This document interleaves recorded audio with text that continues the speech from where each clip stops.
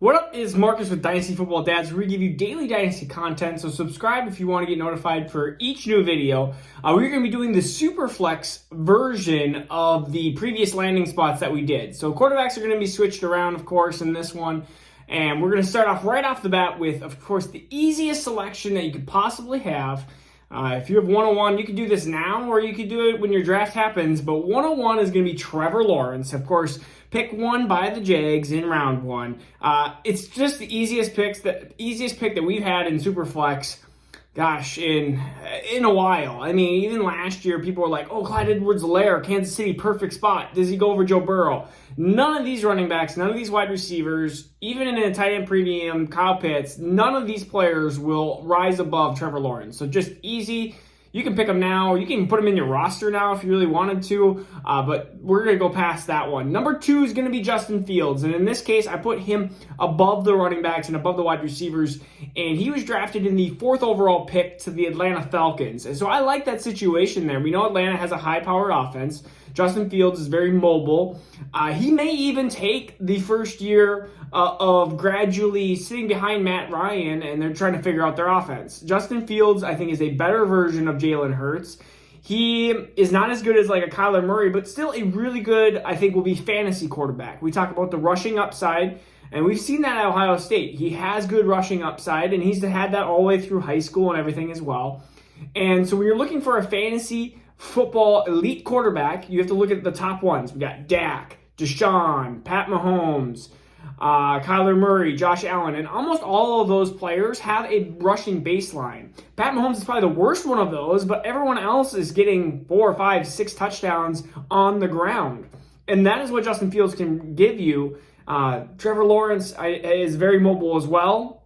Actually runs really well for a 6'6" quarterback. Justin Fields is my slam dunk number 2 here in this situation. My number 3 is going to be Zach Wilson, a very accurate quarterback. He's going to be going to Carolina. He's the 2nd overall pick in this draft, and I believe that must have been a trade up in this situation. They must have given something up to get there. He's my QB4, so I do have him behind Justin Fields, Lawrence, and Trey Lance, but in this situation, Carolina is an awesome spot for him. He's got a ton of weapons. CMC, he won't have Curtis Samuel probably, but he'll have DJ Moore and Robbie Anderson, so we talk about a lot of weapons, and all you have to do is dump it down to CMC, and you're going to get 1,000 yards potentially receiving from CMC, just doing that, which is 1,000 yards passing, which you're easily just getting. And then you have DJ Moore and Robbie Anderson that you can involve in the offense.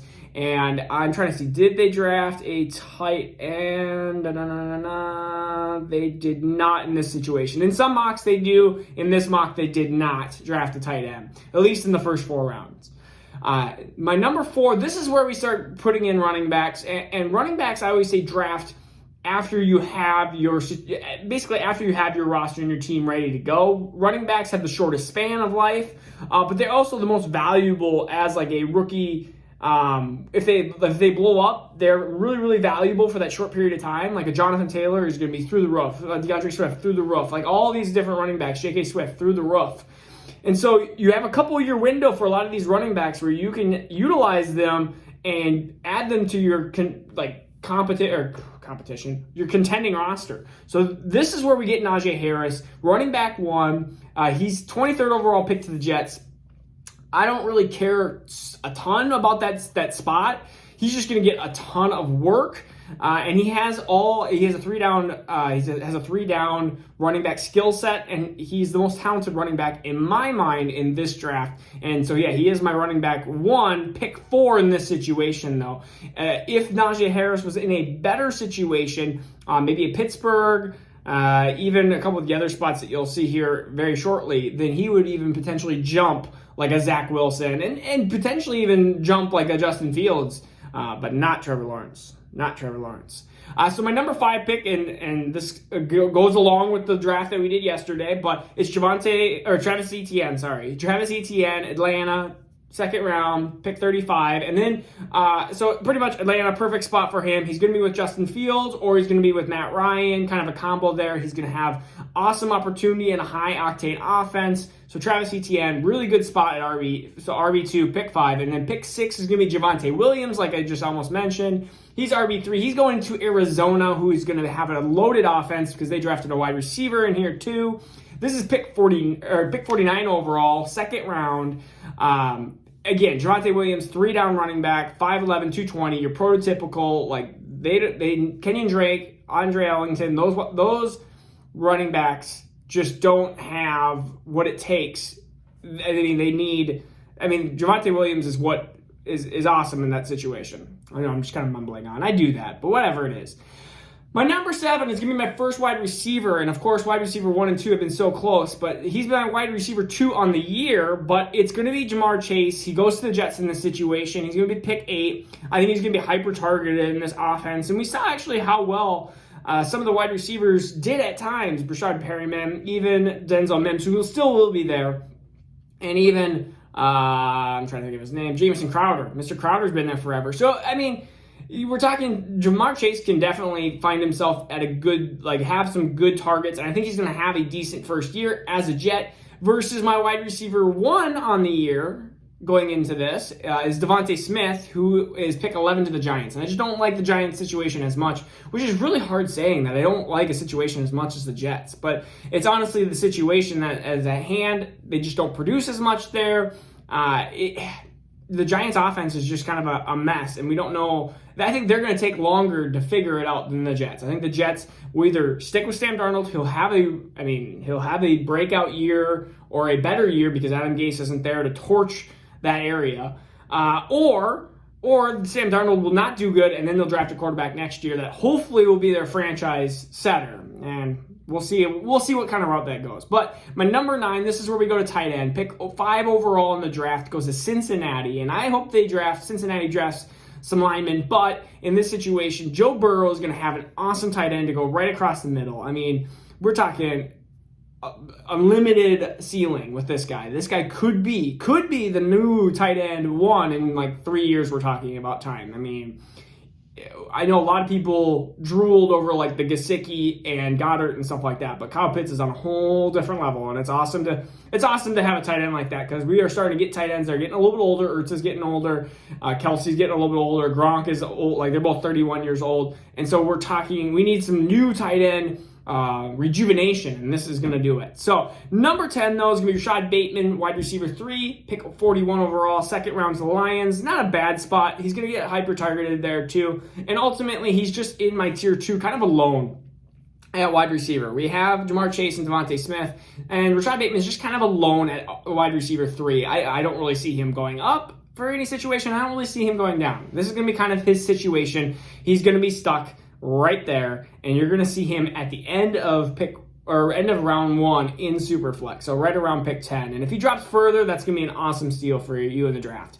Pick 11 is going to be Jaylen Waddle, and he is wide receiver 5 pre-landing spot, but he has a perfect landing spot. Round 1, pick 16 to Arizona. Again, another Arizona talent, and Jaylen Waddle is that wide receiver that he is going to look really good. And if you go even to his highlights, you're going to go, oh my goodness, how is this guy not the best wide receiver?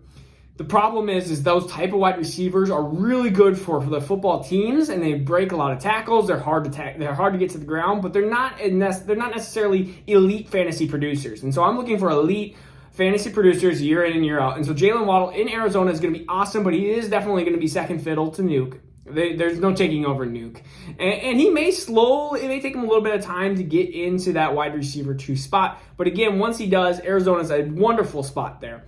Pick 12, this is a different pick since we're in Superflex. It's going to be Mac Jones, and he's QB5 pre-landing spots. And we haven't heard Trey Lance's name yet. Well, he's still farther down there. But Mac Jones is going to the Washington football team. He was drafted 14th overall. I see Washington football team and I see New England Patriots as being 2 spots for Mac Jones that I really, really do like. And I think Mac Jones is a better quarterback than people give credit for. A lot of people have this big kind of 4 quarterbacks. We got Lawrence, Fields, Wilson, and Lance. And Mac Jones is, again, kind of at bottom. He's probably going to be quarterback 5, but I still feel like he's good quarterback round 1 draftable material in the NFL draft. So Washington, a good spot for him, and that's why I pick him at 12 here ahead of some of these other spots. And number 13, this is going to be picked maybe round 201 for some drafts. And it's incredible. You get Lawrence, and then you get Ronald Moore. So, I mean, he's my wide receiver 4 pre-landing spots. He went to round 2, 46, to New England Patriots, and I just don't like the Patriots situation. We don't know who the quarterback is, and in this case, they didn't even draft Mac Jones. And in fact, if I look at it, they drafted, that was second round, they drafted Ronald Moore. So I don't know where, they didn't draft, Mac Jones got taken before them, I guess, or after them. I'm trying to think. I don't know. I don't know where New England's first round pick is. It's somewhere around there. Maybe it's pick 15. Maybe it's right after Washington. They might have got sniped. Anyways, but Ronald Moore, awesome receiver, talented-wise, yards after catch. I just don't like that spot for him. And we'll go through wide receiver landing spots I really like, and New England's definitely not one of them. Pick 14, Brevin Jordan. He's going to be my tight end 3. He goes to Dallas. Round 3, pick 75. He's amazing. Yards after catch, short. He gets these short passes, and he just runs over people. Dallas, perfect situation. And I'm going to summarize through a couple of these, but yeah, super great situation. Kenneth Gamewell, pick 15. Round 3, pick 74 to Washington. I don't like the landing spot. I talked a little bit about it in the other video. You have Antonio Gibson there. They're both Memphis running backs, which is interesting. I guess maybe Antonio Gibson recruited Gainwell to come in and take some more of his work because he didn't have enough of it in college. I don't know. But Kenneth Gamewell in a lot of different situations would be shooting up the boards, and he'd be in the mid-first round, but he's way down here in this case. Number 16, Trey Lance. We're going to go through him. He is at pick 107. My QB3 going into the landing spots, but he's drafted to the Lions, and I think Goff is just going to be that annoyance there for a couple of years because Jared Goff is a competent quarterback, and I don't know why they drafted Trey Lance in this situation. I actually see a lot of mocks that draft a quarterback for them. I would honestly rather have the Lions draft like a Kyle Trask, more of a project quarterback that still needs a year or two of development underneath Goff versus drafting a first-round quarterback. They need like a first-round wide receiver, which in this case, they got a second-round wide receiver in Bateman. But they need a lot of different help, and quarterback is not what they necessarily need in my mind. I think they should just try to develop around Goff at first, see if that works. And if it does, they just want a playoff win. Like, they haven't done that in a while. So, anyways, 17 is going to be Amon-Ra St. Brown. He went to Kansas City in round 3, pick 94. An awesome, going to be a possession wide receiver. Think Jarvis Landry. Think kind of like a Keenan Allen light in a Kansas City offense. He's going to be a better fit. He's going to be the opposite of what Hardman and Hale give you. He's going to be what they were missing at the Super Bowl, which is a shorter possession wide receiver, and they didn't have that. They had Hill, Hardman, they have pure speed. They need some of the yin to the yang. So that's why he's at pick 17. He's my wide receiver 6 pre-spot. Cadarius Toney is going to be pick 18, and he comes from Florida, but he's my wide receiver 10. There's a couple different questions about him. Senior Bowl, he had a bunch of drops, but man, he can be just so dynamic. Think Percy Harvin. I know it's another Florida type of comp, but that's what he does. In this case, he goes to the Colts, which is a West Coast offense. You're going to have short dump-off passes, and he's going to just take a lot of these, the extra 5-10 yards that a lot of wide receivers can't. It's a really good spot for him. I really like that spot for him, like thinking that Paris Campbell maybe not, like he just may not heal from some of these repetitive injuries. And so Kadarius Toney may take his spot if they're going to draft somebody in the first round. So that's like 3 straight drafts. Paris Campbell, Michael Pittman Jr., and now we have Kadarius Toney, all top 2-round picks going to the Colts. So number 19, we're going to go with Jaylen Wallace. He goes to pick 91 in the Browns. Again, a really good wide receiver overall. I really like him at wide receiver spot. His location, it's okay. He can fit as a wide receiver 2 there with Jarvis Landry. I don't know what's going to happen with Odell Beckham Jr., but you could see that the offense was slightly better without him. And Baker was better without him too. So I think Odell Beckham will, if he doesn't get moved in 2021 here, he'll get moved in 2022. But pick 20 is going to be Elijah Moore.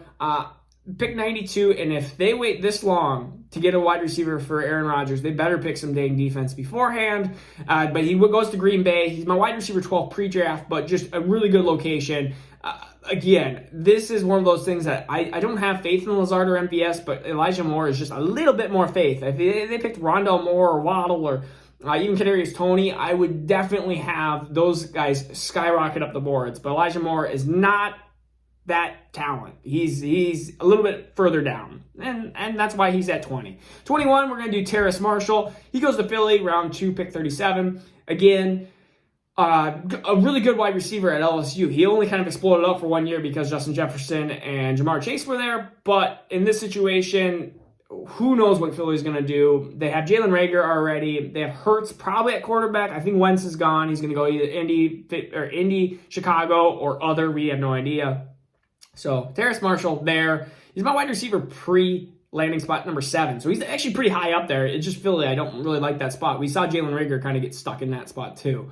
That I didn't like for Jalen Reagor. And I didn't really care for Jalen Reagor as much as most either, just because I didn't like his production as much at TCU as some others did, but that's beside the point. Anyways, 22 is going to be Pat Freiermuth. He goes to the Titans. He's my tight end 2 pre-draft. I have him ahead of Brevin Jordan. But if you switch to these guys, if Pat goes to Dallas and Brevin goes to the Titans, we probably have the same, they just flip spots. Because Pat Freiermuth, Titans, I don't care for that spot a ton. I know Jonnu Smith worked well there, but they have Anthony, I think it's Anthony Frisker or whatever his name is. They'll probably use him, and it'll probably be annoyance. And this is a good football move for the Titans. I don't know if I really like this fantasy move for him. I would rather have more of an octane offense. They like to run the ball a ton. They do use Jonnu Smith, but I would rather have a different offense for Pat Freiermuth personally, but that's it. Pick 123 is Chattarius or Tutu Atwell. I like that name. Man, I just want to draft him just to say Chattarius. That's kind of just a cool name. Yeah, he's a Louisville pick, wide receiver 15 pre-draft, but he's way up here because he goes to round 2, pick 50 to Miami. Miami, a really good spot. I want one of these top wide receivers to go to Miami, and if it's Devonta Smith, that would be perfect. Meet him up back with Tua. Heck, put Najee Harris. I've been rooting for the Alabama Dolphins or the Miami Crimson Tide here so much. Come on, let's do it. But Chattarius, Tutu Atwell. Tutu is his nickname or whatever it is, but anyways, it's Chattarius. Miami, really good spot, and that's why he gets shot up this board. And he gets good draft capital, too. And he's just pure speed. He's like 5'9", 165 pounds. And he's just a little guy that just, boom, speed. Hands after catch, like all that stuff, kind of, but he is just pure speed. And it'll be interesting how they use him. And I'm not a huge pure speed guy, but in Miami, like, you're just kind of throwing some darts at the board here. And then the last pick, he's going to my Vikings. It's surprising, but round 3, pick 78. I didn't even know we had pick 78, honestly. But I feel like we kept trading all of our picks to Ngakoue and then got nothing in return. But apparently we got pick 78. But anyways, Kyle Trask, QB6 pre-draft. And so you can see QB5 to QB6, there was a huge drop-off, almost 2 rounds of the NFL draft. And so right here, you're just thinking, well, I'm in a super flex. Kirk Cousins may be gone in 2-3 years. Maybe Kyle Trask takes over. And that's just all you're banking on. And at the end of the second round, you might as well throw that dart at the dartboard and hopefully it hits bullseye. And if it doesn't, it doesn't. And you're just stuck with Kyle Trask as a potential backup and a potential quarterback like a Case Keenum or something like that. And you're like, oh, yay, like, woo, that's all fun and dandy and stuff. But, like, that's what you're potentially getting with Kyle Trask. And you might as well just throw the dart. All right, so this is Marcus with Dynasty Football Dads, where we give you daily Dynasty videos. If you like this video, please subscribe, and I will see you tomorrow. All right, take care.